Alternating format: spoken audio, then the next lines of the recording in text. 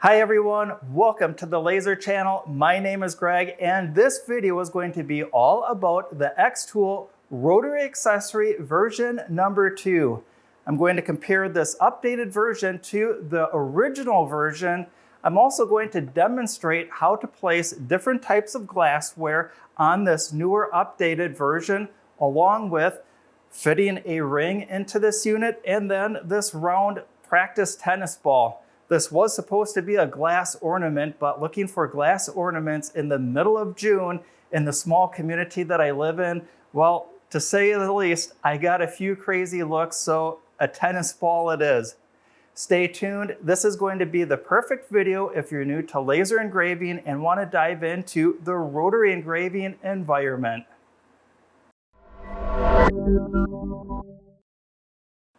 Welcome back. Before we begin with the unboxing and checking out all the components in this RA2, I want to let you know that this was purchased with my own money. This is not a sponsored video.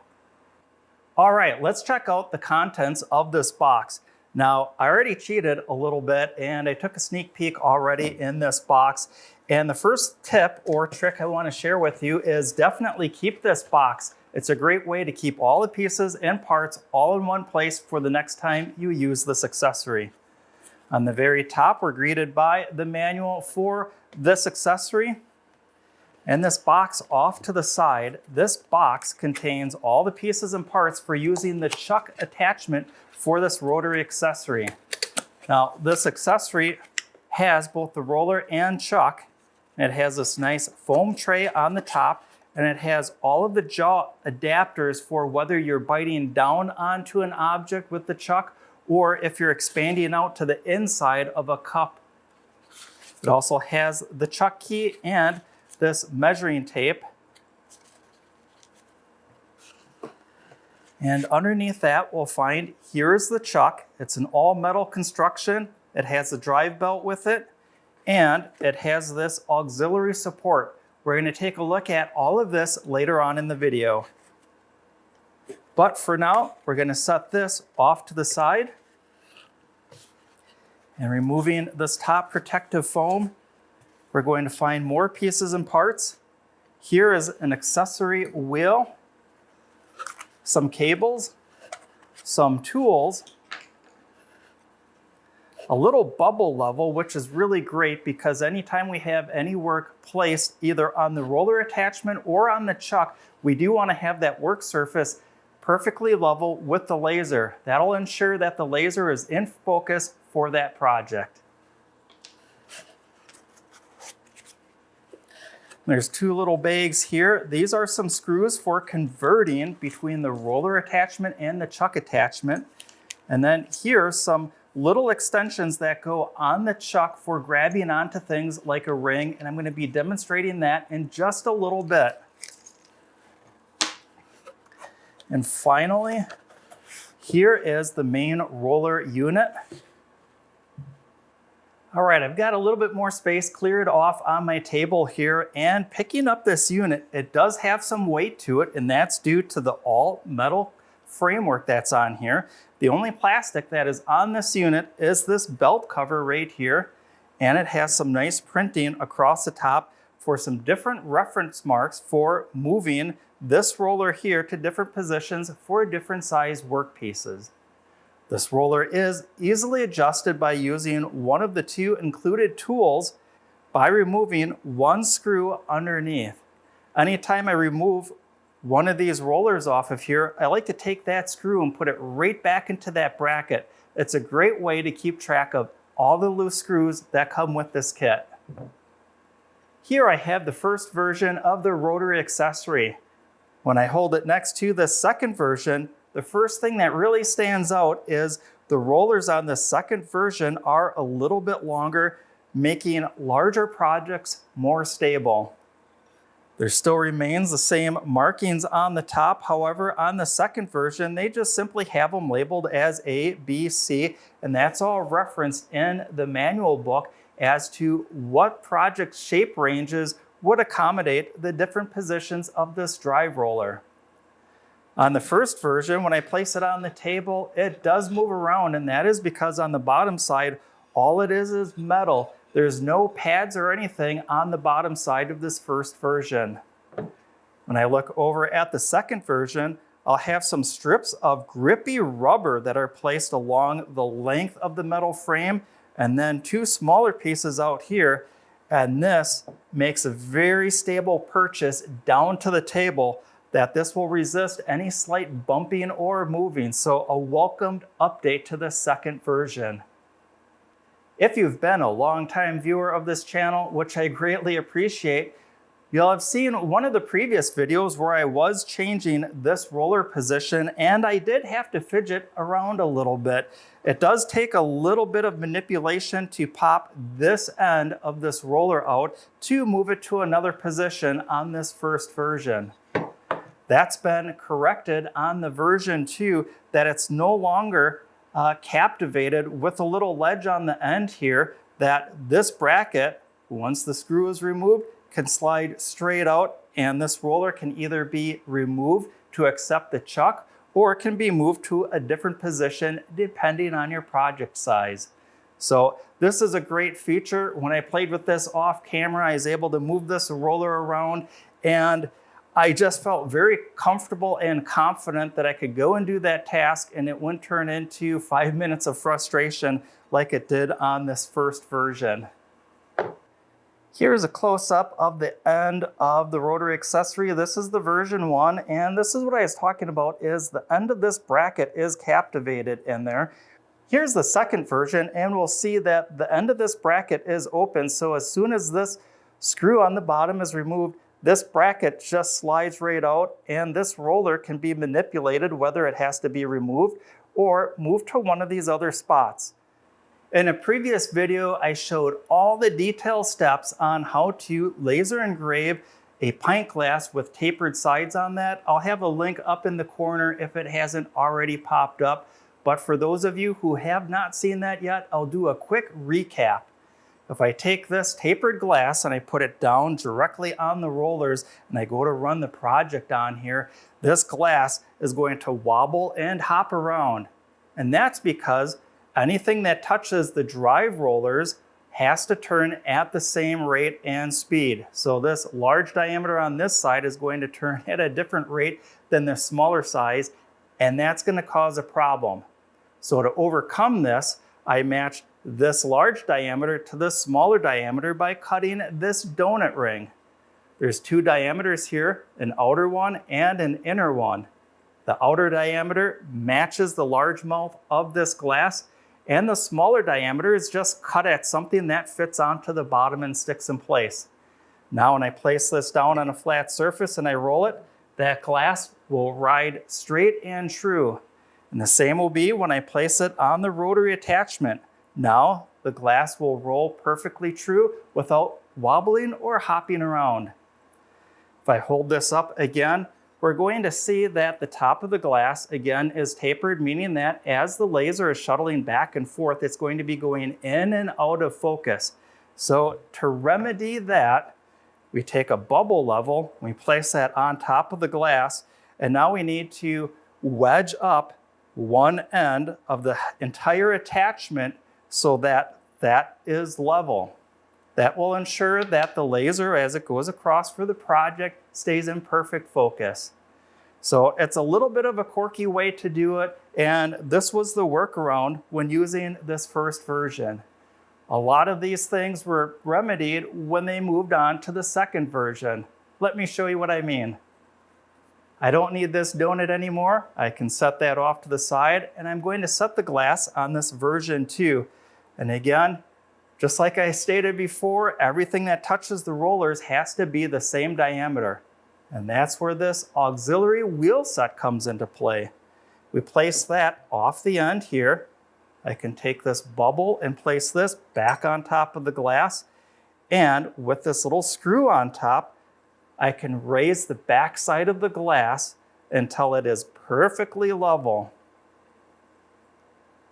And then this also remedies the issue of different diameters turning on these rollers, because now there's only this large rim that's rubbing or touching on those rollers, so everything is all set on here.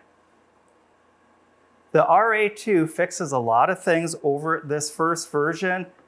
It did fix a lot of things, but it did create one more problem because the rollers are so long that if I turn this by hand, this glass is angling downhill, and that's exactly what this glass wants to do. As I turn this, this glass is shifting downhill, and it doesn't matter what direction I'm turning the rollers, it's always going to want to slide downhill. And I've got a quick fix that I'd like to share with you. To stop the glass from rolling downhill and off this auxiliary wheel set, I simply need something to place in front here to stop the glass from sliding down.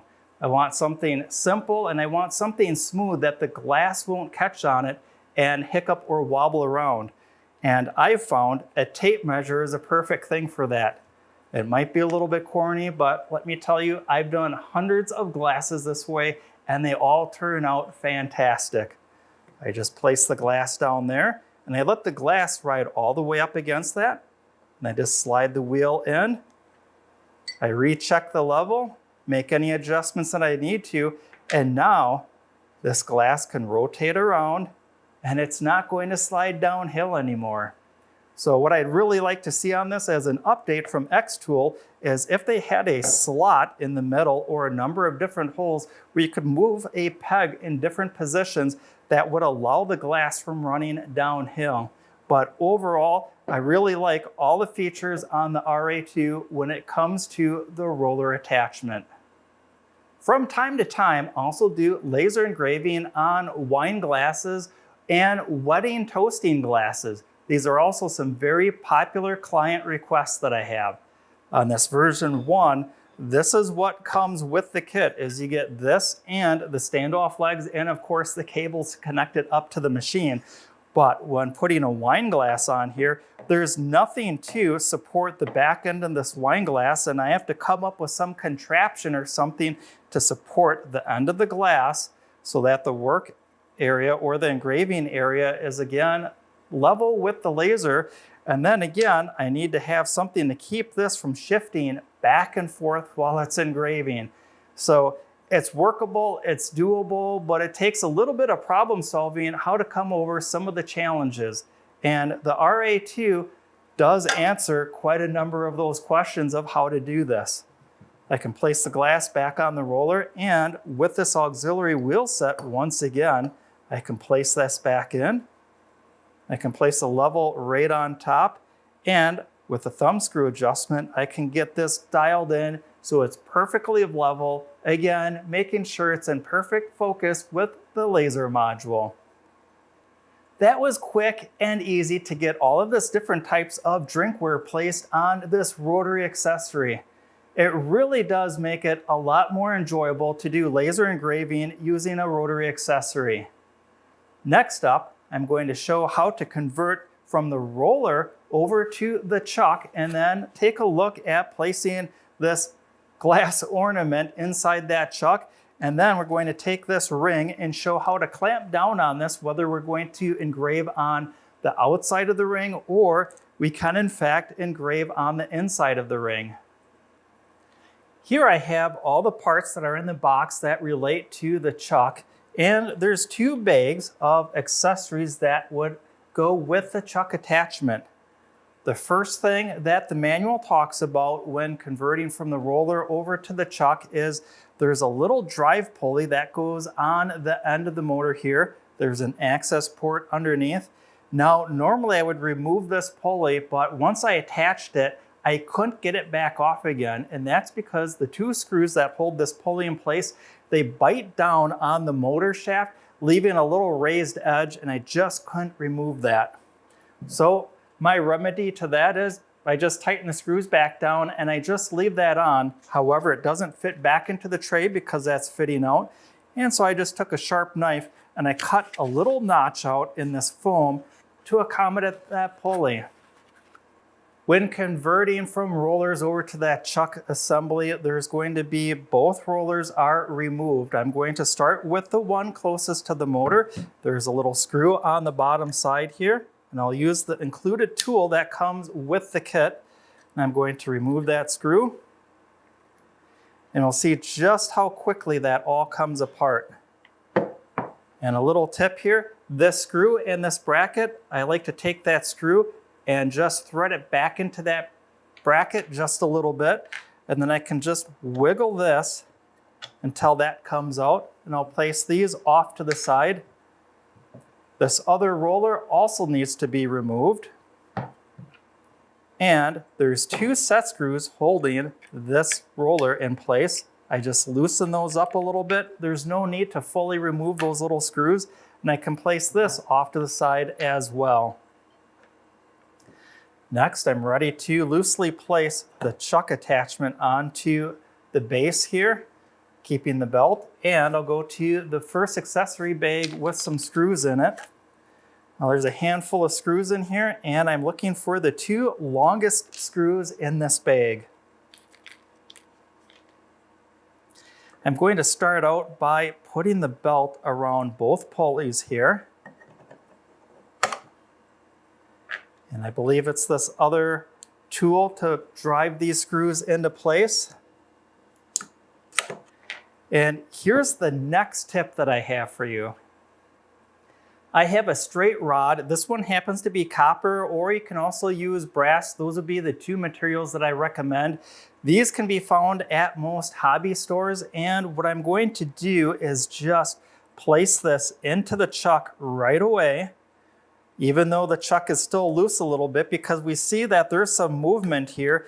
And I want to make sure that this is relatively straight to the base of the accessory here. So I'm going to use this rod that's in here, and I can spy down on the top and make sure that that looks like it's pretty well straight. And then I can go back and tighten down the 2 screws. With those 2 screws, securing the chuck in place onto the accessory, depending on what your project is, this could be ready to use right away. For the first thing that I'd like to demonstrate, though, I do want to hang on to this glass ornament, which is also a foam tennis ball. So I'm going to add some attachments onto the chuck to accommodate hanging onto this object. For this, I'm finding the 3 stands that come with the kit, and I'm going to screw those into the outermost attachment point on the chuck. You could put a wrench on this and really make sure that it's tight, but I think for most projects, you'll find that just hand tight will be quite sufficient. I'm going to make the chuck larger here, and I can do that by hand. I think that's a good diameter, and this is just going to get the ball centered up in place. And to hold the ball in place, that's where this auxiliary stand comes into play. Check this out, just by attaching these arm extensions onto the chuck and putting this stabilizing bracket on the end to hold the object in place. This is all perfectly centered in there, ready to be engraved underneath the laser module. Next up, we're going to convert this over yet one more time. We're going to take this ring, and I'll show you the configuration for engraving the outside and also the inside. And of course, there'll be a tip or 2 to make sure that your engraving turns out correctly. To do this, I'm going to remove this stand. We won't need that. For this next setup, we're going to move these arm extensions into a different position. I'm going to put them all the way to the centermost position on the chuck here. And again, hand tight is all we need. Before I screw this last arm extension in place, I'm going to show you a close-up of the end of this. And this is really key as to how this holds on to a round object or something like a ring. Here's that close-up. So of course, here's the end that screws into the chuck. And then here's the end that attaches to the work or rests on the work. So this is how it doesn't damage the work that you're going into, but it makes a good contact or purchase with that. And it has this little gully here to help center things up. This is a very nice end that they put on this arm extension. For this ring, I'm going to show the setup with the chuck if you were to engrave the outside of the ring. So the nice thing about this chuck is I don't always need the key. I can just turn the back side of this chuck and manipulate that by hand, and I can get some pretty quick adjustments. And placing all of these arm extensions to the inside of the ring, I can slowly expand the chuck out, making sure that the ring is centered up in the grooves that we just took a look at, and that feels pretty good. I go until it's just snug, and then I'm going to add just a little bit more. And you'll note through all the setups that I've done with the chuck so far, I have not had to use the key. A lot of the things that we are turning with this accessory, they're relatively small, they're relatively delicate, and they don't need all the oomph that you would get with using a key to tighten down the chuck. Here we've got a nice close-up. When I turn the chuck by hand, we'll see that that turns very smoothly and it looks perfectly straight. Again, this will be all set to do an engraving on the outside of the ring. And to switch this over to engrave the inside of the ring, we'll just loosen up the chuck.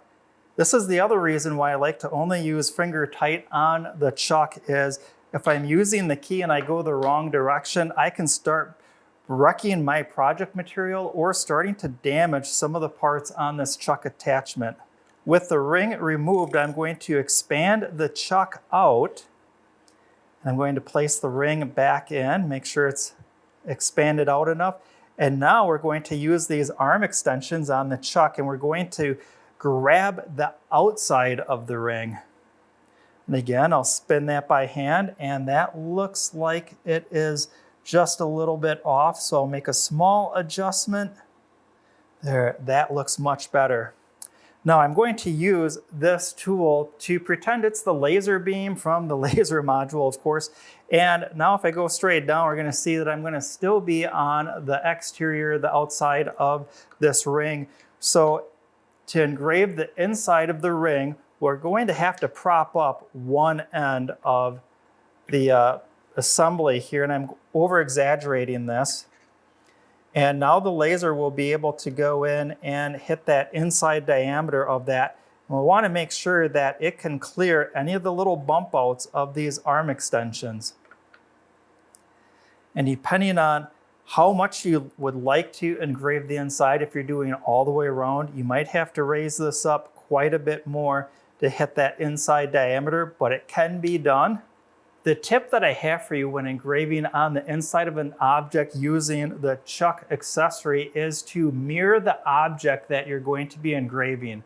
And that is because the chuck attachment does not know that you're engraving on the inside of something, and you will have to reverse that image because as the laser sees the object that you're engraving, the chuck attachment is going to appear as if it's turning in the opposite direction of when you're doing the exterior. If you have one of these at home, or I can demonstrate right here. Here, the chuck is turning in this direction if I was doing the outside of the ring, but when I go down to the bottom, we'll see that it's actually going now what would be the opposite direction from the perspective of the laser module.